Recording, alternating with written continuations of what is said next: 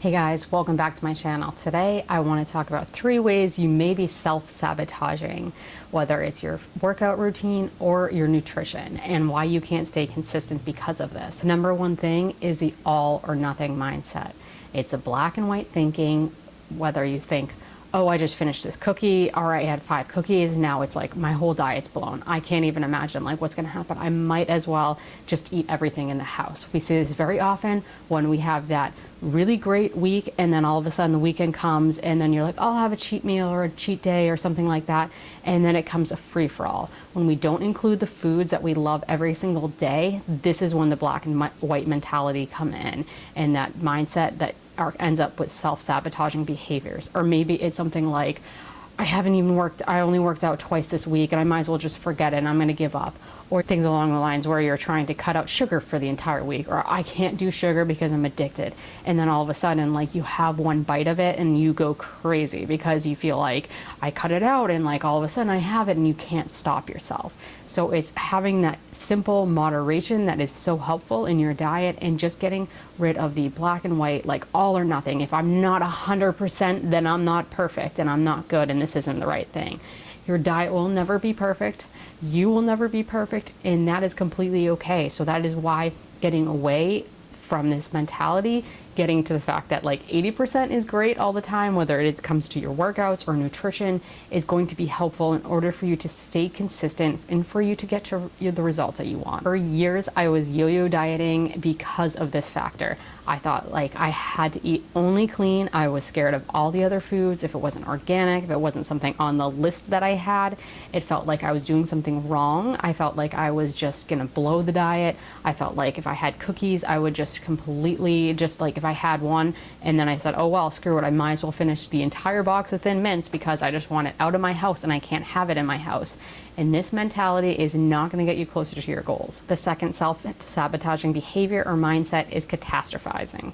And this is when you're like, I already had one cookie, I blew it all up, I ruined my diet, I completely screwed everything up, and I'm a failure. I'm just like over making things such a big deal, because it really, even though it really wasn't that big of a deal. So if you're thinking, if you have your mindset where you're just like beating yourself up all the time because of something, you feel like you did one little slip up, you weren't perfect, and you just completely blew everything. I mean, we even see these type of behaviors in our normal life. So like maybe you had a conversation with like someone, or just something didn't go your way and you catastrophize and you're just like, that was the worst conversation ever, I'm such an idiot, like I'm in just replay, and it's typically what happens when you catastrophize. You just replay it in your head multiple times. You just continue to beat yourself up, find ways that you are a failure. So even if it's like, I screwed up on my diet, you're gonna find all these, pick apart all these other little behaviors that you did.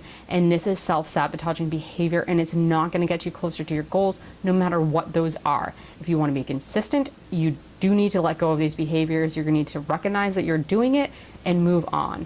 You don't need to be perfect, as I said before. You absolutely do not need to be, and there's no expectation that you need to be, and you will never be that way because it's just not, it's not realistic. It's not realistic that you're gonna eat clean 100% of the time, or you're gonna only eat whole foods, or you're gonna exercise every single day. One way to get away from this is to focus on the positive. I know it's really hard to accept like the little positive things when it feels like we have a whole bunch of failures, but focusing on the small things, the daily wins that you have every single day. Maybe it's that you could have like 2 cookies and move on, or maybe it's that you were flexible and you were able to go out to lunch or something like that without freaking out and feeling like you're going to gain a ton of weight.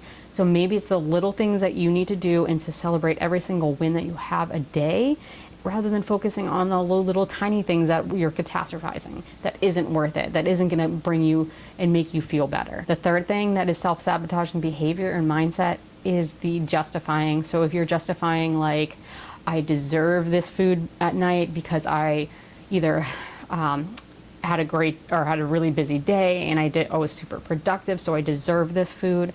Or maybe it's something like, I need to justify working out 2 hours a day because I ate too much the day before. That is not helpful either. If you're either overeating, undereating, or doing any of these behaviors, this is going to be self-sabotaging. It's going to bounce you back into like that spiral of the binge restrict cycle, or just leave you feeling like you're just doing something wrong. It's going to make you feel like you're your behaviors are wrong, that there's something wrong with you, that you're not good enough. It brings all of these self-sabotaging behaviors, and the actions that you take because of these thoughts and processes is not going to provide you the result that you want. These are where the punishing stuff comes in, because it's like, I'm only allowed to have this if I do this action. So like, I'm only allowed to eat a cookie if, I keep on bringing up the cookies because I love cookies, I'm only gonna be able to eat the cookies if I do an hour of exercise. And no, I'm gonna punish myself because I did not do an hour of exercise. Or maybe it is because you overate, then now you're gonna punish yourself and justify why you need to work out 2 hours a day. We all need fuel, and that is, fuel comes from food. So do not let this stuff and these mindsets sabotage whatever your goals are, whether it's a focus on food freedom, whether it's a focus on getting lean and muscular. Doesn't matter what those goals are, as long as you are releasing some of these behaviors, recognizing them. That's the first step, is recognizing them. If you are doing them, I always suggest writing things down, doing a thought download of exactly what you're feeling at that time, what's going on with your mind, why you're taking the action you're doing, and don't beat yourself up if you still continue to do this. You just become aware of it first. That's the first step in order for you to get past it. So if this video was helpful, make sure to like and subscribe. And if you follow me on if you haven't been following me on Instagram, go check out. It's Kimberly Rose Platt, and I'd love to hear from you. And if you haven't downloaded my macro essentials guide to grocery shopping, make sure to do that. I include a ton of good foods, including, and break it down by proteins, carbs, and fats in order for you to get in the grocery store and out of the grocery store. But I also include links online, especially during the times of coronavirus, where you do not want to be in grocery stores.